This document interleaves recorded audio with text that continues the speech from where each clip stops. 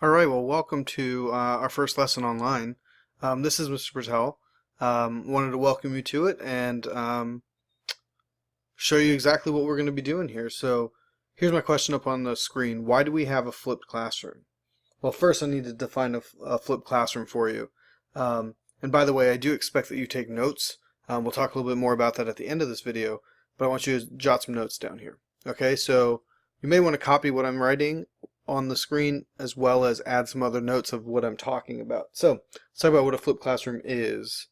So a flipped classroom is an idea that basically reverses the traditional approach of teaching by delivering content often online, which we'll come back to in just a second. Often online. Not always online. We'll talk about that as well. Outside of the classroom. Outside of the classroom, which makes time for activities during class. All right, so I hope that doesn't sound too revolutionary. It is probably going to be different than what you're used to, but I do want to add a couple little notes here that when we're talking about often online, it's kind of what you're doing now, and that really what that means is video podcasts. But sometimes it's going to be reading notes that are not obviously online. And so let's talk a little bit about the benefits and the limitations and how we're going to overcome those limitations of this model of teaching and learning. And then I'll talk a little bit about my expectations for class. So let's talk about the benefits. What are the benefits? The benefits of using a flipped classroom. So the first thing is that it allows for more engagement in class. So if you're one of those passive learners, which I don't find to be effective for most people, you won't have a chance to hide. Really, you're going to have to engage in class, and it allows you to do that in class. So it allows for more engagement in class, or in the classroom, in class. It allows us to engage in better activities. And when I say activities, remember we are in a science classroom together, so we're going to do more labs, more building of things. It also allows for more time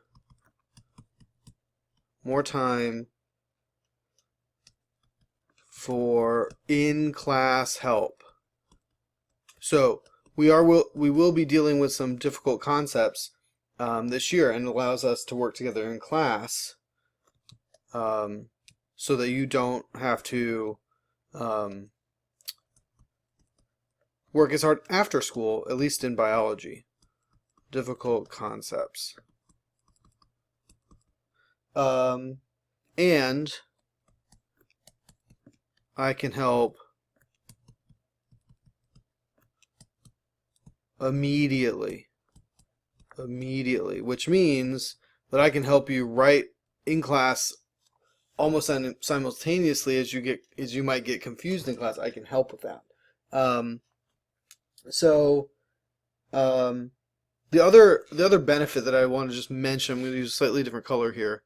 Another benefit for the use of the videos, anyways, not necessarily the reading notes, but in the same, you can apply the same ideas to the reading notes that you'll get. I'm going to make this number 5. That you can pause, rewind, and replay videos as you need to. And the 6th thing is that you can stream them. Oops, move that back. to stream via YouTube or Google Classroom, which I hope you have the app for now. If you have a smartphone that you've downloaded Google Classroom, that you signed up, done everything you need to do on Blackboard for the first night. And those are the benefits. And obviously I think that there are others, but that's a pretty good list to begin with. But let's talk a little bit about the drawbacks. So this will be different than what you're used to. And so what are the limitations of using this? And the only reason I bring this up is because you might find yourself struggling with this, and we need to think about what those struggles are beforehand so we can get around them. So there is this idea of a digital divide, which simply means that some of you may or may not have the technology to be able to stream these online. Let me just make a note that I will do my best to get these online as early as possible to give you as much time as possible so that you can use time at school in the library or after school in my classroom with the laptops to get ahead, so that you're not waiting to the last minute. But again, you can stream these things through your smartphones if you have a smartphone. And if this is a real concern for anyone personally, please talk to me about it. Send me an email, write me a little note, give it to me in class, that you think that you're not going to be able to access the videos digitally. The other thing, which I think that everyone will be able to overcome, but we will have a little bit more struggles with, is personal responsibility. Personal responsibility. So this is a little different of a model, and the idea is that you need to be responsible for being prepared for class. This isn't something you can let go and go a week without having completed this homework. You need to come prepared to class. So you really should think of this more as class preparation instead of homework, because if you're not prepared for class, you're going to be lost during class, and you're going to not understand what we're doing for 90 minutes during class. So you need to make sure you're prepared by having done the class prep in this flipped classroom model, so you can get the most out of our 90 minutes together. So let's talk about what my expectations are of you, and I'm going to scroll down just a little bit. Use a different color here. So what are my expectations? What do I expect of you with these?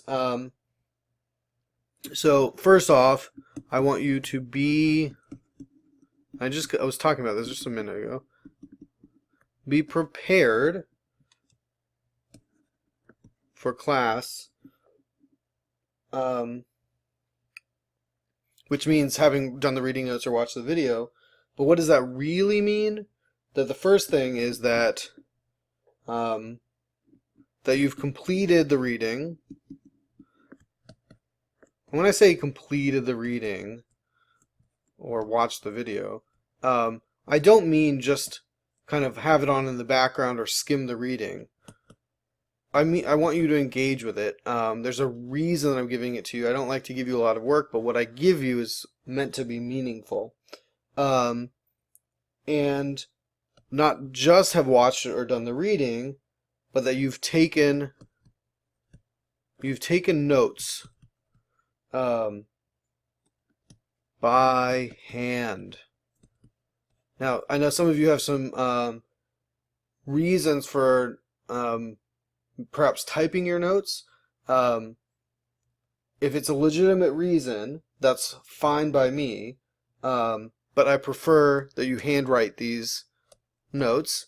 And then lastly, that you come to class with a hard copy of your notes. So none of this, it's on my phone or it's on my iPad. I didn't print them out. I expect you to print out notes. If you don't write them by hand, that's only if you have a specific exception. But most of you will be writing these by hand, so bring that note sheet with you. I will tell you that what you can expect is something that I will write out here as what I would call a prep check. A prep check. So These are open note, so if you bring your notes with you, you'll be fine. But note that this is not the same as homework. So if you're not ready for class, having not prepared for class, this is not something you can make up the next time I see you in class and take a late grade. If you're not prepared for class, you're taking a poor grade, most likely. So that being said, I see that I'm just over 10 minutes. I'm going to stop here. And I hope that you've done this and you've taken notes and you come prepared for class.